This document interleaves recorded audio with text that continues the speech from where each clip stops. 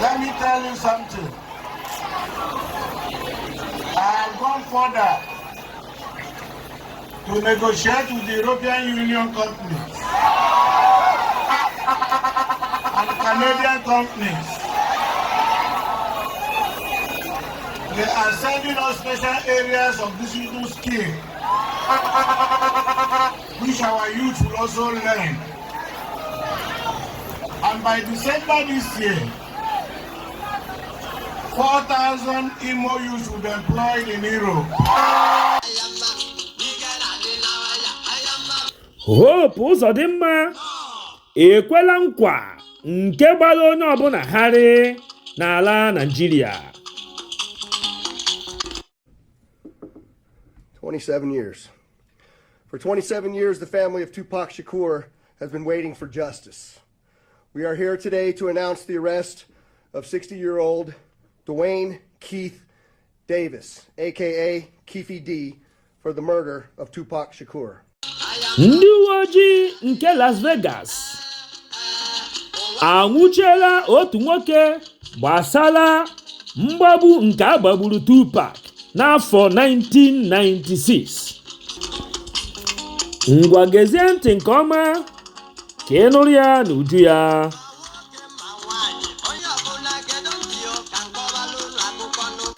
Ndị uwe ojii nke Las Vegas anwụchiela otu nwoke gbasara mgbagbu agbagburu Tupac n'afọ 1996. Nchọpụta nke a emere etegori aka a na-enyocha ya ịma ebe ya bụ mmiri si wee baa opi ụgbọgọrọ, mana ihe mperi dịgasị iche iche na-egbu oge ịma ndị kpara nkata ọjọọ ahụ. Otu ihe ndị ọcha jiri ka anyị mma bụ na ha chọba ịma ka ihe ọbụla siri mee, ha anaghị agagide iru ma kwụsị n'ụzọ. Ha ga-agba mbọ ma ruo n'isi mmiri ịma ka ya ihe si wee mee.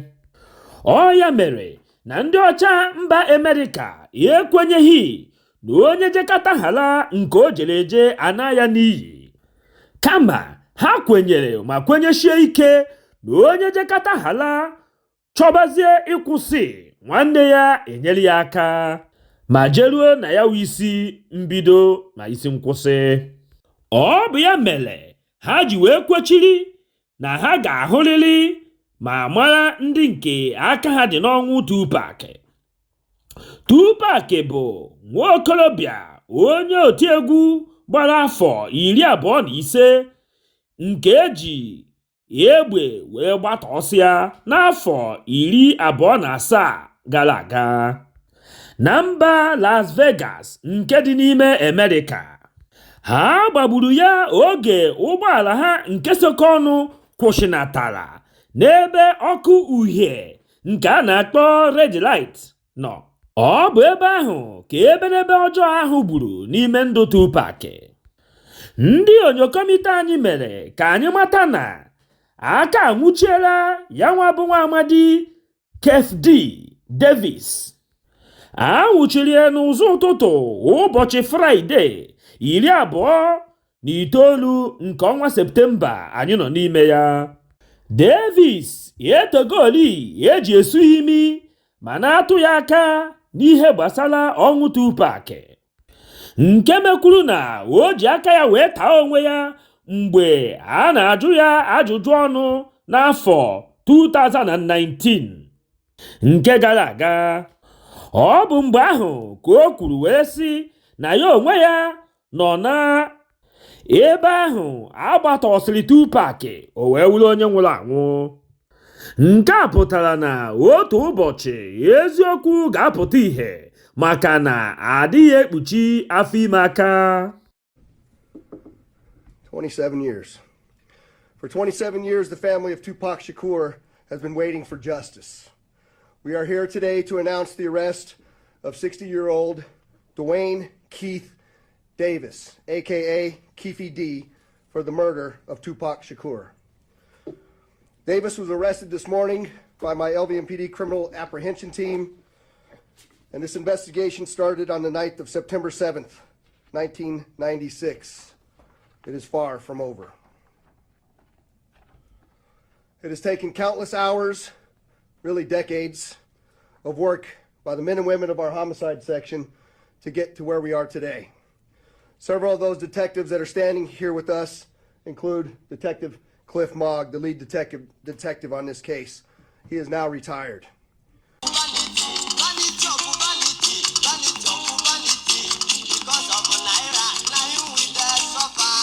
Hope Uzodinma ekwela nkwa nke gbara onye ọbụla hali.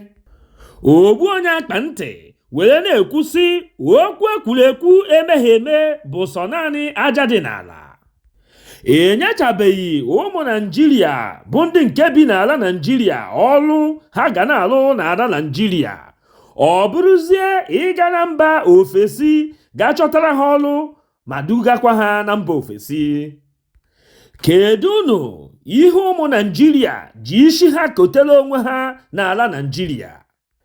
Ndị ndọrọndọrọ ọchịchị otu dị iche iche jizi ohere a ha ji azọ ma na-achọ nta vootu werezie ya na-ekwe nkwa dịka nkwa mbe kwere anyị m na-ebinye akọ n'afọ 19 kpirigidi ma were lukwe taa onweghị nke mbe mepụtara.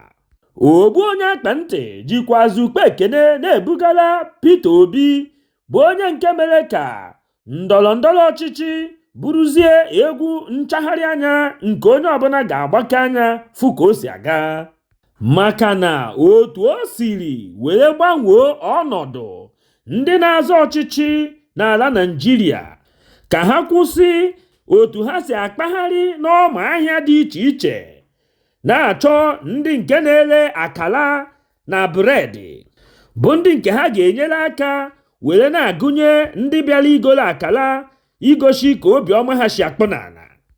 Ma otu ndị ụfọdụ si emebu dịka ịdị na-aga n'ụlọ akwụkwọ dị iche iche nke gbamgbam ha dapịasịrị adapịa ma na-ehi mmiri, ha ga-aga ebe ahụ soro ụmụ akwụkwọ nọdụ n'ala maka na ha enweghị oche eji agụ akwụkwọ, sorokwu ofe na-eri osipaka nke eji mmanụ burkutu were shie nke anụ na azụ adịghọ n'elu ya, iji wee gosi ndị mmadụ na ha na-anabata ndị ogbenye na ndị ụwa na-atụ n'ọnụ na ọ bụrụ na enye ha ọkwa ọchịchị na ha ga-eme ya ma otu abụ ezi.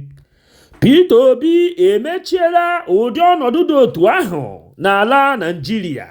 Kịta bụzi bịa gosi anyị ihe ndị imegasịrị na ihe ndị nke ị ga-eme na ọ bụrụ na ịbanye n'ọkwa ọchịchị, ya bụ nke Peter Obi na-akpọ go and verify n'olu ndị iti.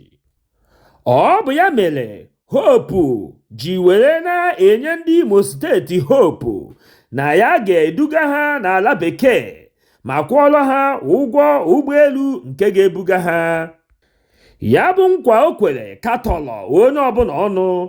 Ngwa gezie ntị ka ikirie ya ma nụrụ ya n'ọnụ ya dịka o si wee kwuo ya. Let me tell you something. I have gone further to negotiate with the European Union companies and Canadian companies. They are sending us special areas of digital skill, which our youth will also learn. And by December this year, 4,000 Igbo youths will be employed in Europe.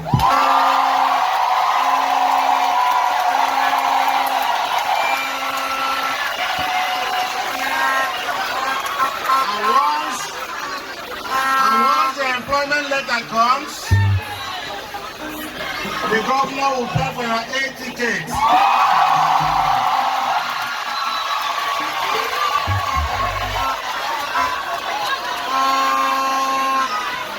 Ejizi m ohere a were na-ajụ gị nwa onye na-ege m ntị, kedu ihe ị chere banyere okwu ndị a niile ị nụrụ taa?